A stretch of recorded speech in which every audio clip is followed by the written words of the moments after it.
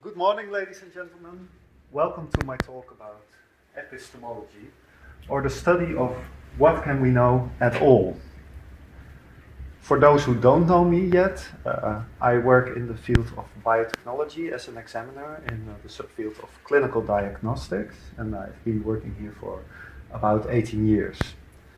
And apart from my work, I love philosophizing and developing my own philosophies and writing books about these.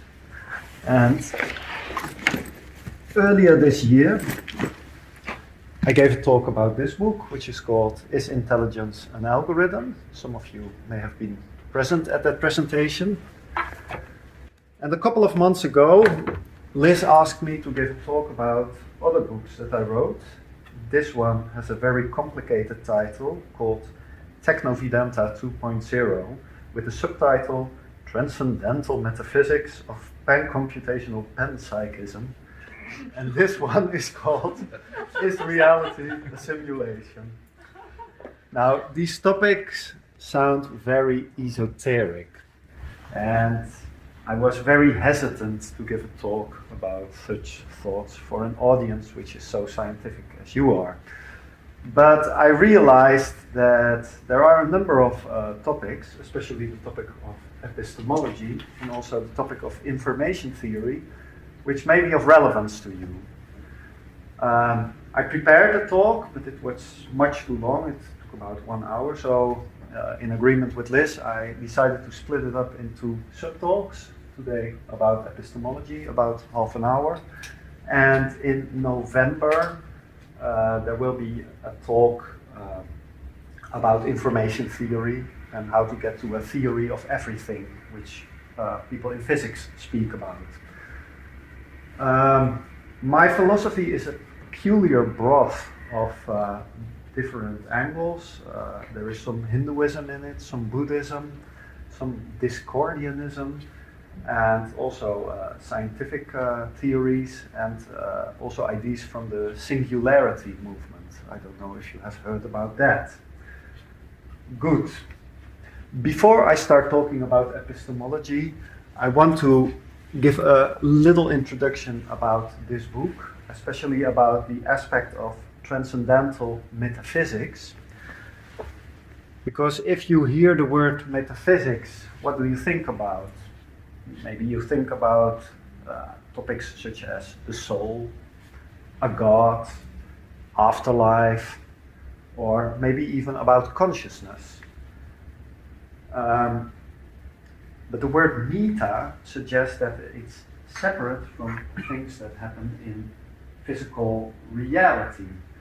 And in my books, I try to make a kind of bridge between science and spirituality. And I try actually to argue that they are much more connected than those terminologies may actually suggest. And I think that these terminologies need some tweaking in their significance, in their meaning. And if we tweak them, we can render them more useful. Now, my reasoning is as follows, to argue that they are not really separated.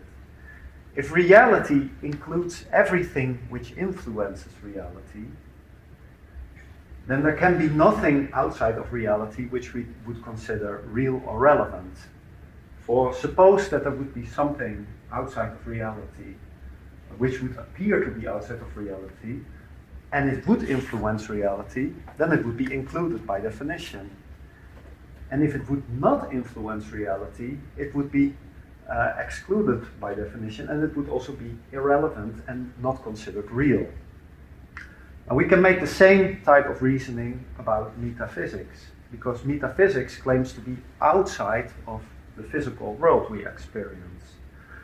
Well, if it does influence the physical world, it somehow has a connection, so there must be some physicality associated with it.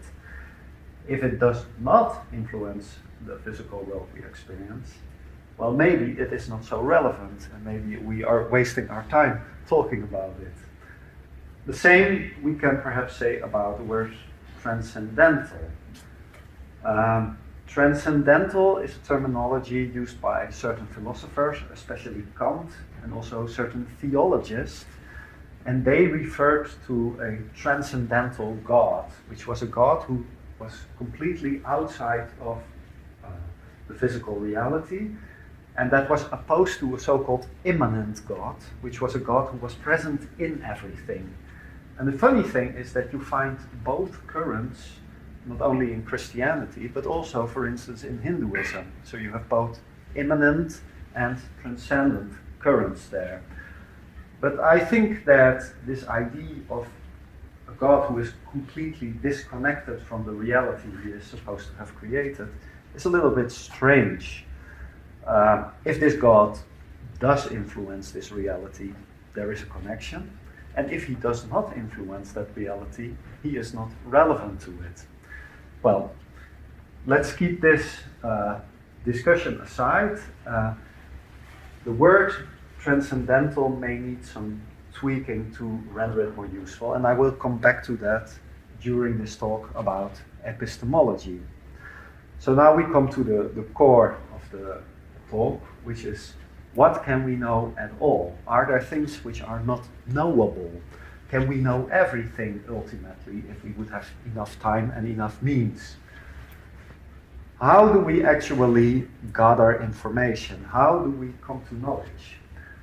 Well, we learn things from our parents, we learn things at school, we hear things, we read books, but that type of knowledge relies on an authority which is external from us. So it's a kind of second-hand knowledge. We haven't verified it for ourselves. And based on that type of knowledge, at a certain point, we may even go so far to state, it has scientifically been proven that, or the sacred book declares this or that, but we still rely on an authority which we haven't been ourselves. So, how can we get to knowledge which is verifiable to ourselves? Well, usually we do that by empirical observations and drawing conclusions from these empirical observations by using logic. Logic, as you may know, has three modes. They are the deductive, the inductive, and the abductive mode. In a deductive logic reasoning, you start with a so-called premise, which is a fact, and which is true for a class. It's a kind of general rule. For instance, all men are mortal. And then you compare a specific instance of that class to that rule. For instance, Socrates, who's walking here, Socrates is a man. And then you can make the inference, hence Socrates must be mortal. If you apply the inductive way of reasoning, you start from your own empirical observations. For instance, I observe that the sun rises every day. You compare that to a specific instance. Tomorrow there will be another day, and you infer from that, I predict that tomorrow the sun will rise. And then there is the abductive mode of reasoning. In the abductive mode of reasoning, we start with a so-called conditional premise, an if statement. For instance, if it rains, the grass is wet. And then we compare it to a specific instance. Hey, the grass is wet. And we conclude, oh, it must have rained. But that's a logical fallacy, because the grass could have got wet in a different manner. For instance, the sprinklers might have been on. So we are left with deduction and induction to come to reliable knowledge. But if we look at the premises of the deductive statements, if we leave aside mathematics, and we look at the physical observations, then a statement like all men are mortal must once have been concluded by making observations. We have never observed somebody who lived forever, and we see that we all die before we are 120. So it is also grounded in empirical observations. So ultimately, even these deductive reasonings are based on an inductive approach at the beginning. So empirical observations are actually the core means to come to knowledge. And this is one of the most important ways that scientists apply the scientific method. There are also different scientific methods, such as hermeneutics. I will not be talking about that. I will only talk about this empirical part of science. Now, it's perhaps interesting to see how scientists go about when they try to gather reliable knowledge. And you may know that scientists, they start with a hypothesis. So they have an idea how reality might function. And from this hypothesis, they design a number of experiments to do observations, and they gather data. And then you have a cloud of points, and you have to connect these data in a certain way. You have to see a pattern in the data. And if you see a pattern, you have something which is predictive for future instances of that phenomenon. So you have a predictive theory. But there are a number of snags here. There are some problems with this approach. And the first problem is the hypothesis bias. We look at reality from a certain angle. And we have certain expectations how reality will react. And then we do our experiments and we try to match our experiments to our expectations. So we have a kind of colored perception of the data we have. And one of my favorite authors, who is Robert Anton Wilson, he said, the prover proves what the thinker thinks. And if you, for instance, would have started with a hypothesis which is completely opposite of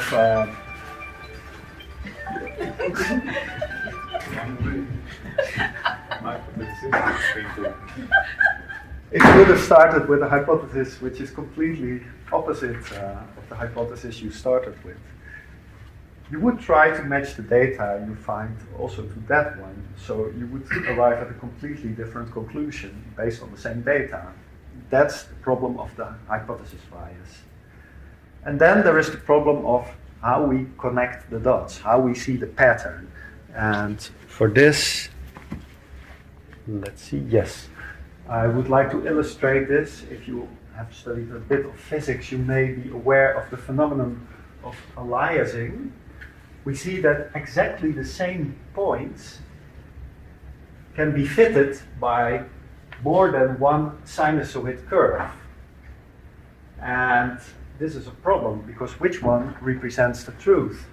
The one with a longer wavelength or the one with a shorter wavelength? Fortunately, this problem, called aliasing, can be solved by increasing the so-called sampling rate. So if you take more points, you may measure a point here, and here you will realize, oh, it's the light blue curve and it's not the black one. So there is a way out there. But that's not always available. What if we have a kind of amorphous cloud of dots? How do we connect them? What kind of mathematical fit should we make? Should we just simply draw a linear line through it? Should we try to fit some kind of sinusoid curve through it? A parabolic curve, a cube, or a higher polynomial function, an exponential function? How do scientists go about? Well, they apply statistics, of course, and they have a principle which is called Occam's razor. And Occam's razor states that the hypothesis with the least amount of assumptions is the most likely one. But that's a dangerous thing, because sometimes reality is more complex than we think. Just let me see. No, this is already too far. Sorry about that. So we have this problem with Occam's razor. And scientists, they tend to believe in their hypotheses. They tend to believe their theories. And they stick to it really strongly. And at a certain point, a theory can become a paradigm. A paradigm is a ruling theory in science. And all scientists in a certain time frame, they adhere to the paradigm.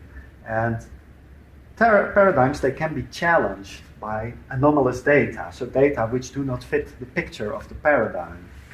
And what to do with such data? Are they artifacts? Are they measurement uncertainties? Or do they reflect a more complex picture of reality? This is sometimes the case, and this is how paradigms can evolve over time. But scientists don't like that. And it often takes until a complete generation of scientists has died before a new theory can become a new paradigm.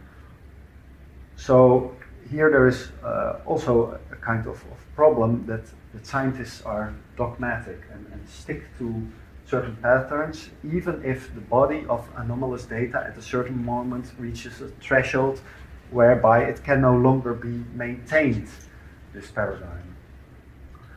Good. And then we have the problem that scientists are not holy men. There's also fraud in science. You can have false data, people who want to have their data published, who massage dots away in their points, who don't take all the data into consideration. Things like that happen. And there is, of course, also nepotism in science. If you know a number of peer reviewers of the journal you're going to send your article to very well, if you know an editor or a publisher of a journal well, you have a bigger chance to get your article published than if you know nobody. And also there's another problem that these days there are more and more of these pseudoscience journals which let people pay to get their article published, and where no adequate peer reviewing process has taken place. So this is another problem. Let me get back to the problem of perspectivism I was talking about.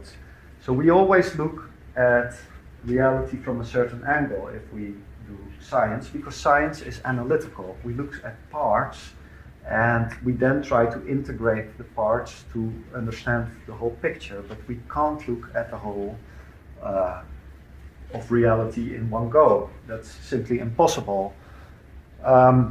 I would like to illustrate the problem of perspectivism with a number of slides. This is a tale from Hinduism and Buddhism, and it's called the elephant parable, and many of you probably know it.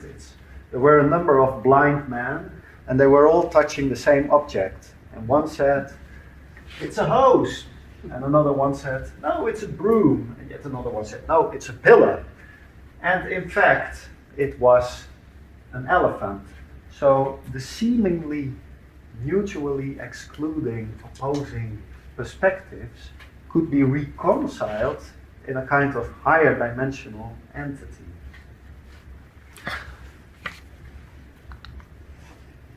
Sometimes we see the same observation in different manners. I already spoke about that. Here we have two armies who are about to start a fight, and in their banner you can see they have exactly the same image. And the leader of this army says, "There can be no peace until they renounce their rabbit god and accept our duck god." So it depends on how you look at this image, whether you will see a rabbit or a duck. So sometimes the same data can lead to very different conclusions. Imagine we can only see what is on the wall and we can't see the object which is in front of the wall. And moreover, there is a wall here in the middle, so I'm standing here and I'm only seeing a circle. And Liz is standing here, for instance, and she only sees a square. And I say, yeah, the object must be circular or spherical. No, says Liz, it must be square or it must be cubic. And in fact, again, there is a higher dimensional entity which reconciles both perspectives. And this is where I would like to introduce my definition of transcendence, because the cylinder transcends these apparently mutually excluding perspectives. They are reconciled in an entity. So they are not really separate therefrom. Good. let me see. And now we go on with further problems in science, measurement problems. There are measurement uncertainties. How good is our apparatus? What is the threshold for measuring something? What is the resolution with which the images are acquired? It's never 100% exact. And we also do calibration methods. Do we use the right calibration methods? Have we calibrated our instruments? And these problems all lead to different types of measurement uncertainties which add to each other. And then there are also natural uncertainties in nature. For instance, in quantum physics, there is the famous Heisenberg relationship you might have heard of, whereby you can never measure at the same time exactly the speed and the position of a subatomic particle. You can measure either of them exactly, but not both of them at the same time. So, inherent uncertainties in nature. And then there are also problems with computation. We use a lot of computer science in our scientific endeavors, and not all problems can be computationally resolved to yield a correct yes or no answer. This is the problem of undecidability. There are also algorithms which may be apt for getting to the result we want, but we can never tell whether the algorithm will run on forever or whether it will eventually find the result. This is also the problem called the halting problem. And then there are algorithms which may eventually lead to the results, but the time it consumes is so exponential that we won't live to be able to see the result coming out of the computer. And finally, there's a lot of data compression involved in computer science, but there are numbers that simply can't be compressed any further. You can't write an algorithm for certain numbers of which the number of digits is shorter than the number itself. So there are also inherent computational problems. And finally, we also use a lot of mathematics. But Gödel showed in his incompleteness theorem that there are certain statements in mathematics which are true or untrue, but for which it can never be proven that they are true or untrue.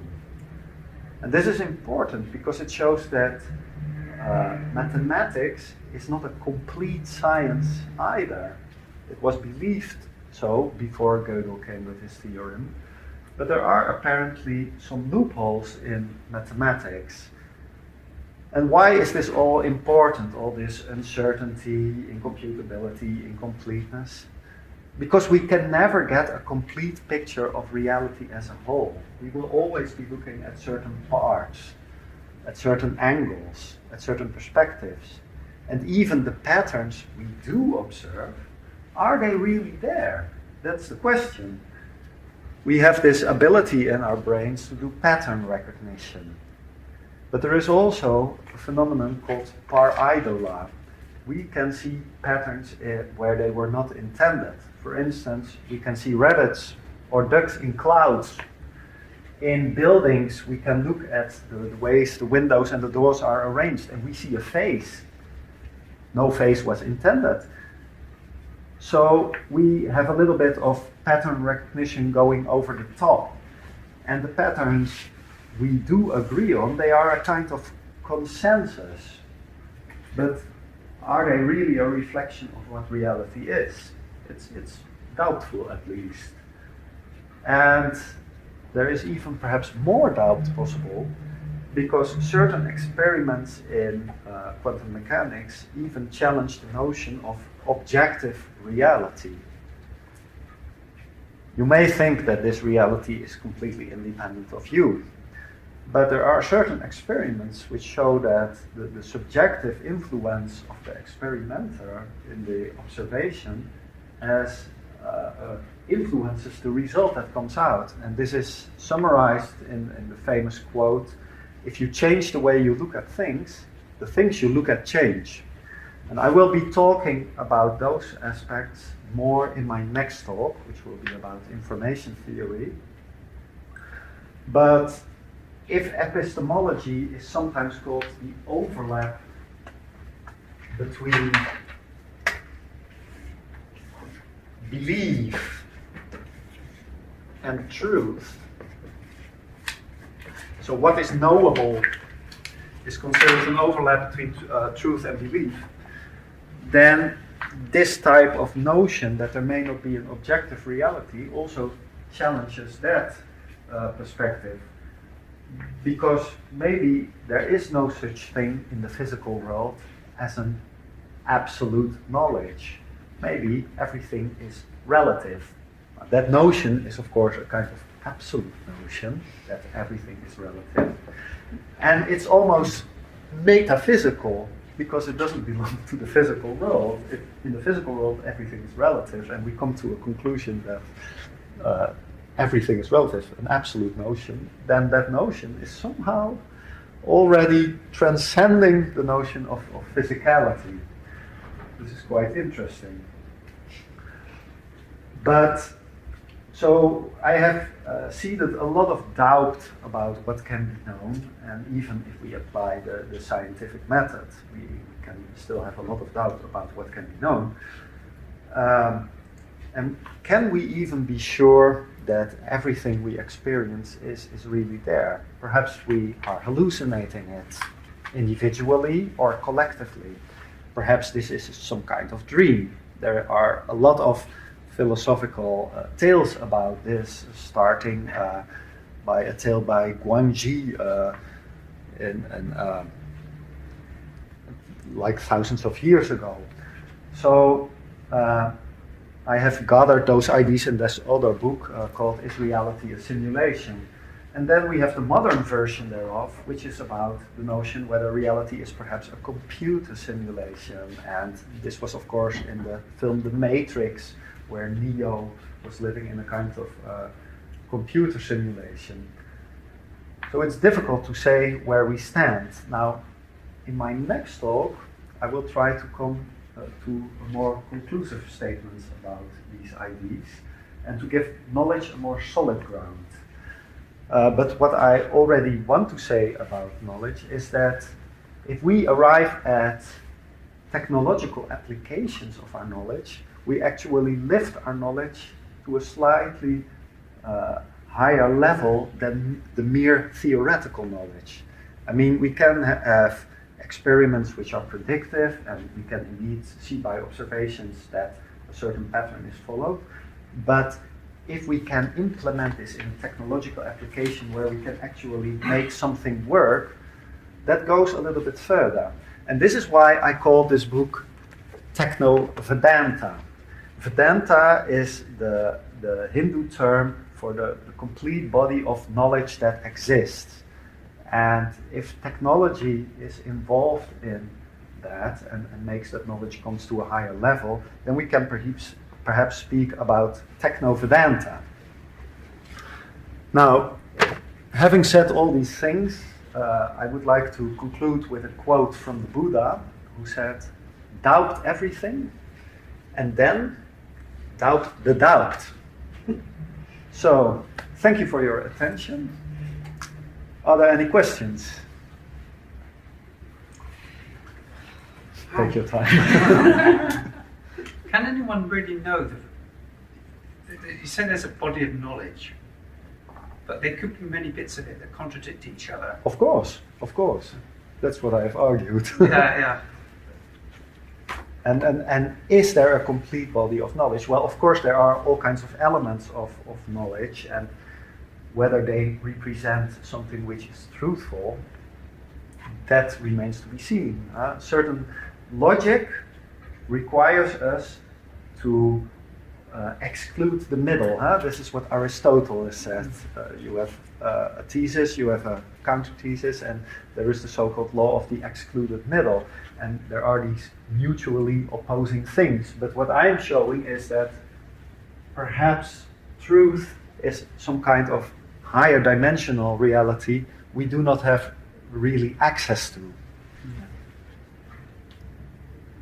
We can only see, let's say, projections. Perhaps what we are experience is a kind of holographic projection of something we don't know exactly what it is. We can make inferences about what it might be. Because also we don't have the senses, maybe. Yes. We only have eyes, ears. Exactly. We can touch, but we are born with this. Yeah. Maybe there is so much more that we are not born with. Absolutely, and we only see a very small part of the electromagnetic spectrum, the visual part, but there is also gamma rays, and there are X-rays, and there is so much more already in the electromagnetic spectrum that we cannot observe with our senses, and luckily we have instruments, so with our instruments we are already discovering more, but it's certainly still all some kind of physical process, because we haven't found out the ways to go to non-physical processes if they exist at all. Perhaps existence is defined by being physical, and if we are speaking about things which go beyond existence, well, we may not be knowing what we are talking about. And Yeah. you're using very scientific and tangible methods of measuring things.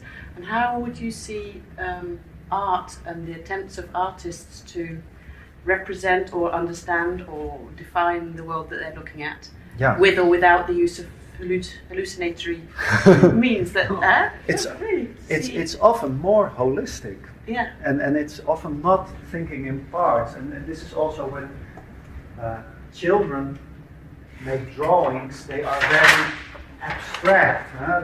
If you ask them to draw a puppet, they draw very abstract things.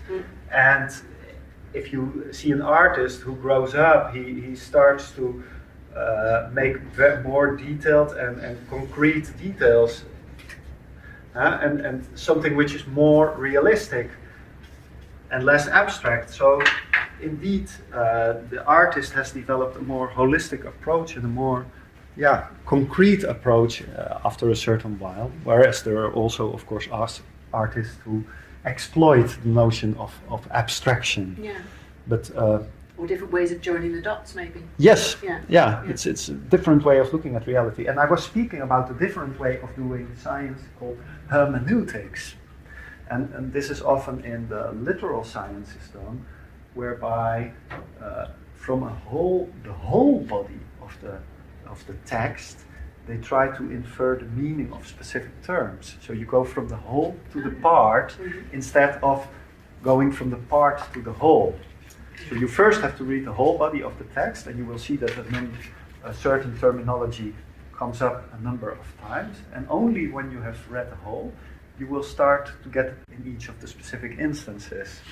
So indeed, even in science, there are approaches which are more holistic than the pure analytical one. So science is also developing in different ways. Yes? Yeah. The physicists and scientists are not criticizing, but there are universal constants.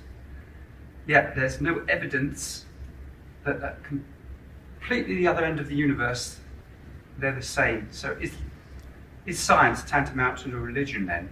Yeah, in a certain way. As I said, science is a kind of belief system, and it is a paradigm can hold as long as the data support it. But it's funny that you speak about constants, because there have also been studies done to see if, for instance, the speed of light was constant over time. And there was a period in time, somewhere in the 40s, where measurements were done which yielded some anomalous data, that the speed of light was not exactly as it was before and after. So these are strange anomalies. Are constants always constant? And how constant are constants? But I agree with you, science, to a great extent, is a belief system.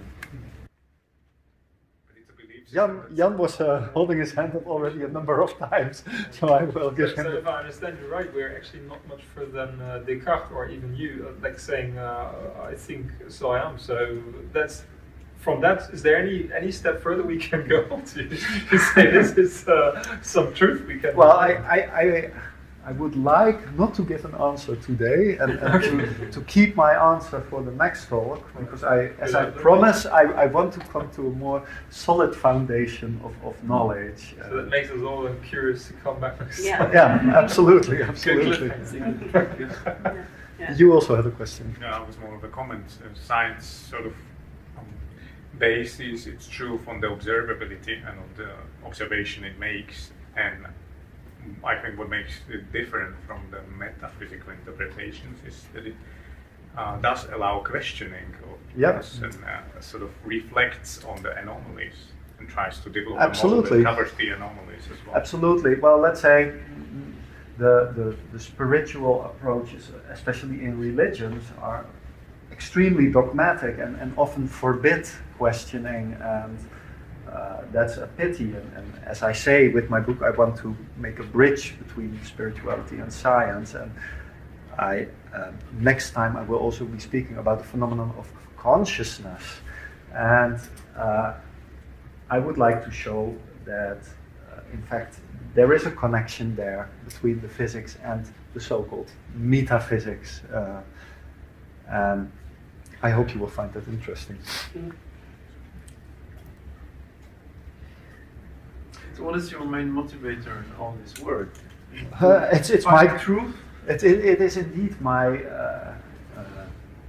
Yeah, well, if there is any, I'm not sure about that, but it's indeed this ability to question. As you said, we want to question the world we live in. We want to know what it is about. We appear here as a kind of players on a scene, and we don't know what our role is supposed to be. So we try to make it up. Do we have a role? Was there an intention behind it, or not? Are we completely free to do whatever we wish? I think it is part of the thought of almost every human being, that you want to find out why you're here, and perhaps physics may be about the what and how, and metaphysics may be perhaps about the why, and perhaps there is no why. I'm not giving an answer yet. I keep that for my next talk. Suspense.